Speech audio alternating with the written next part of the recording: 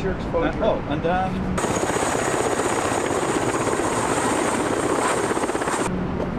would be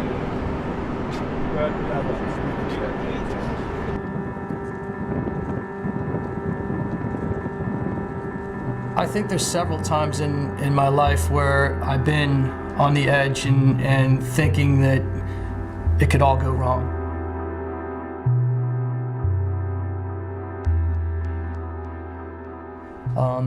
I can think on the Arctic Ocean, I've fallen in several times into water without a dry suit. You immediately have to get yourself out, use your poles, pull yourself out of the water, and try to ski as fast as you can to generate heat. Last year, skiing through the Recovery Glacier in the Antarctic, I fell into 3 or 4 crevasses, and I was lucky that the snow bridge, I was able to span my arms out and stop myself from falling into an abyss.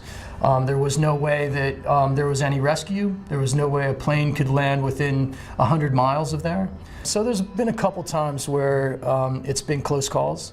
But probably the closest call is probably on the freeway out in California, where you're driving down, you never realize that some car almost sideswipes you, and you know, who knows.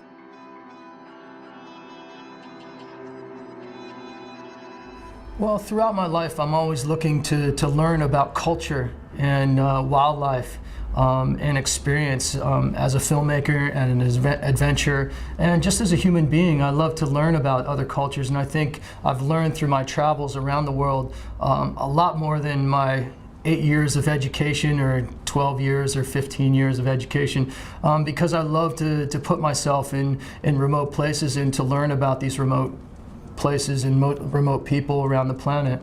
In 2004, I took 6 individuals, 6 high school kids, to a remote section of Botswana, and we built a school, the Banabametsi School, in the Okavango Delta. And we also implemented 3 play pumps, which these play pumps were merry-go-rounds that the youth in the village would play on all day long, and they would pump fresh water into the village. So whether it's a water reclamation project, or we're building a school or a hospital, or bringing drugs, AIDS drugs, to some of these remote places in Africa, this is what it's all about for me, and I want to continue to do this humanitarian work. The United Nations has honored me with a Goodwill Ambassadorship for the World of Hope International for our work in Ghana, and then we're moving to Ethiopia to do more projects there. So I will continue to strive forward to do a lot more humanitarian work around the planet, and that's my goal in my life.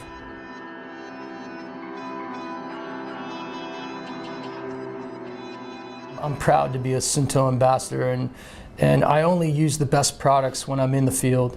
And I've always used Suunto because I know that they work. I use the T6 in my training to be able to improve my personal performance.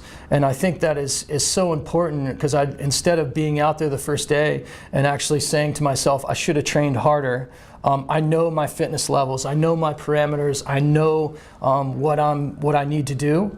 Which is hugely helpful compared to some of the other people that are with you, and they don't know. They haven't they haven't pulled a sled for 10 hours a day.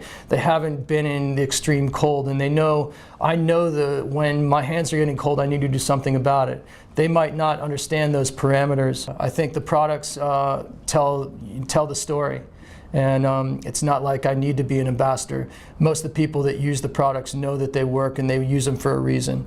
And I wouldn't use any other product, because I know that this is the best one on the market. For me, I'm still a dreamer, and I dream up expeditions to go and do and achieve. Some of them I will be able to do, some of them I won't. I want to take it to the next level and really showcase what man can do. And I want to actually take a sailboat from Ushuaia, Argentina, and sail it to the coast of Antarctica, and use traction kites and kite all the way across the continent of Antarctica, and create an expedition where I'm having no carbon footprint. I'm not using any stoves. I'm only using manpower and wind power. And to be able to achieve something like this, I think would set the bar even one step higher. But it's really, to push those limits of the human endurance really makes me tick.